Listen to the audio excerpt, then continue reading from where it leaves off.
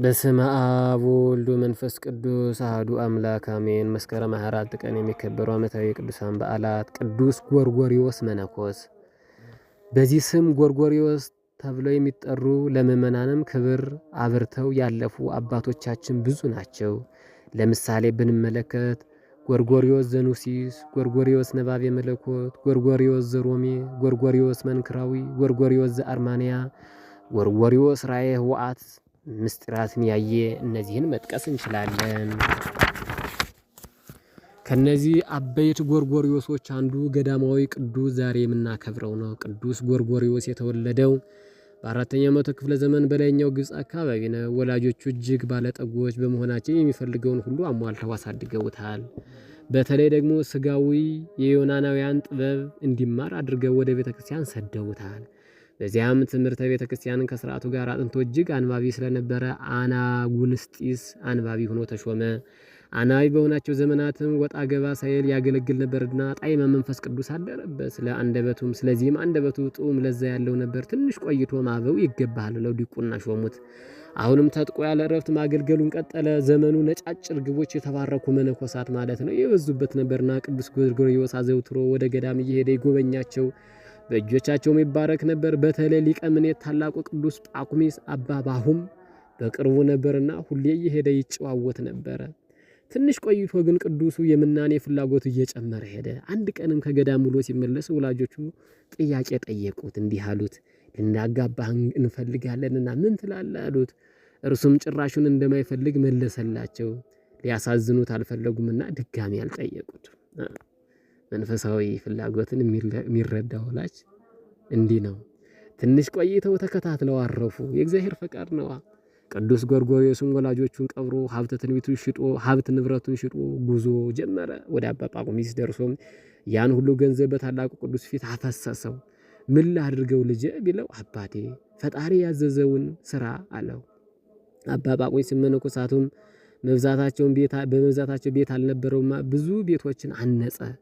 የቅዱሱን ገንዘብ ገዳም ከጣነጸበት በኋላ ምናኔን አንድ ብሎ ጀመረ። ቅዱሱ ባጭር ታጥቆ በጾም በጸሎት ውሃ በመቅዳት በመጥረግ ምግብ በማዘጋጀት እግዚአብሔርን አበውን አስደሰተ። ቅዱሱ ምንም ቢናገሩት አይመልስም፣ ማንንም ቀላ ብሎ አያይም። እሺ ከማለት በቀር ትርፍ ቃል አልነበረውም። በጸሎት እንባው በስግደት ደግሞ ላቡ ይንቆረቆር ነበር። ፍቅሩ፣ ትዕግስቱ፣ ትህትናው፣ ታዛዥነቱ እጅግ ብዙ ነው። ዓላማውን እጅግ ብዙ ዓለማውያንን ማረከ። ስለ እርሱ የሰሙ ኃጥአን ሂደው ምንም ሳይናገራቸው በማየት ብቻ ይማሩ ነበር። ሂደው ቅዱሱን በመመልከት ቅዱስ ጎርጎርዮስን በማየት ብቻ እንዲህ አድርጉ፣ ንስሐ ግቡ፣ ኃጢአታት እንደዛ ተብለው አይደለም። በማየት ትህትናውን፣ ፍቅሩን፣ ትዕግስቱን ሲያዩ ተጸጽተው ንስሐ ይገባሉ። ፊቱ ብሩህ ደግና ቅን በመሆኑ እርሱን ማየቱ በቂ ነበር። እሱን ማየቱ በቂ ነበር። ካፉ ቃል ሳይወጣ ይማርካቸው ነበር። ለ13 ዓመታት በገዳመ ጳኩሚስ ከተጋደለ በኋላ ወደ ገዳመ ቅዱስ መቃርስ ከሁለተኛ አባት መቃርስ ጋር ተጓዘ። በዚያም ሰዓት ወስኖ ከሰው ጋር ሳይገናኝ 7 ዓመታትን አሳለፈ። በአንድ በዓት ተወስኖ በጸጋ ላይ ጸጋ በበረከት ላይ በረከት ሆነለት። በ22ኛ ዓመቱ አባቶችን ሰበሰባቸው። መንገድ ሊሄድ መሆኑን ነግሯቸው በጸሎት አስቡኝ አላቸው። በማግስቱ በዚች ቀን ሲመጡ ግን እሱ መንገድ አይደለም የተጓዘ፣ በዛቸው በበዓቱ በፍቅር አርፎ አገኙት። መነኮሳትም በክብር ገንዘው ከበረከቱ ተሳትፈው በታላቅ ዝማሬ ቀብረውታል። ከአባታችን ከቅዱስ ጎርጎርዮስ መነኮስ ረድኤት በረከት ይክፈለን። በዚች ዕለት ቅድስት ክርስቶስ ሰምራ እናታችን ትታሰባለች። ኢትዮጵያዊቷ ቅድስት እናት ክርስቶስ ሰምራ ቅንነቷ፣ ደግነቷ፣ ቅድስናዋ እጅግ የበዛ ነው።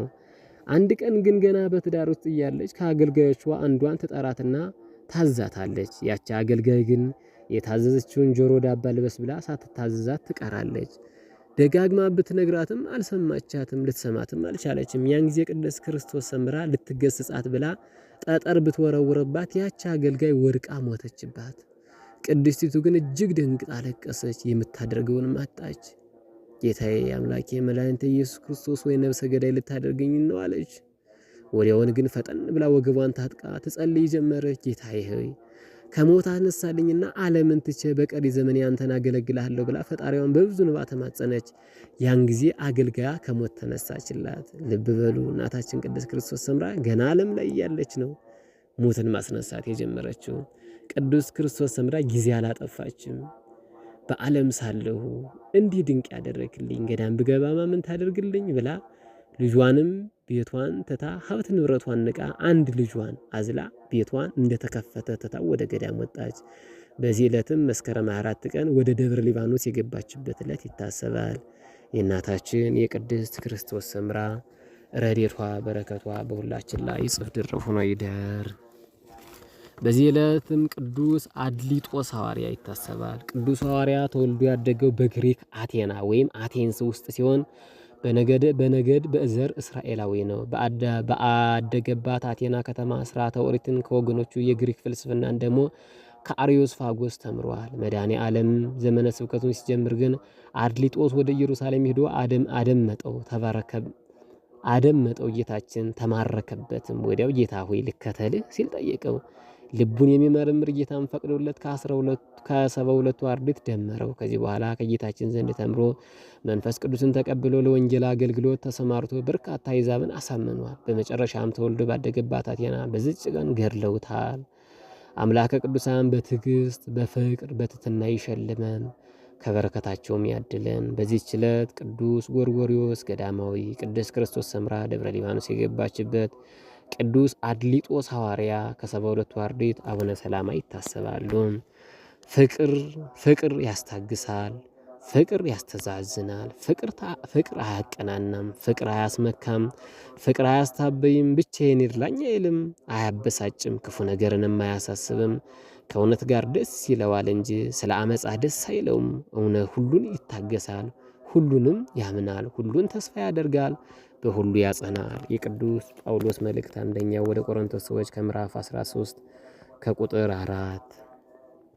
አድሊጦስ ሐዋርያ ዘሰበከ በአቴና ወሰምራ ክርስቶስ ዘረሴታ በአተ ለጻና በዛቲ ዕለት በከመ ሰማይነ ዜና በደብረ ሊባኖስ መንኮሰት እንዘ ተሐድግ ሕፃና ወጎርጎርዮስ አይረፈ በገዳም ዘዳውና ክርስቶስ ሰምራ ህሪት መናኒ ተዝንቱ ዓለም ከመትኩን ወለቶ ለተክለ ሃይማኖት ስውር አጽም በሃዲገ ብእሲ ወውሉድ ተአንገደት ዮም ጎርጎርዮስ መነኮስ ማይቶ ተገድል ዘገዳም ወአድሊጦስ ሐዋርያ ብእሲ ፍቅር ወሰላም። በዕለቱ ከተነሱት ቅዱሳን ረድኤት በረከት ይክፈለን። ወስብሐት ለእግዚአብሔር ወለወላዲቱ ድንግል ወለመስቀሉ ክቡር አሜን።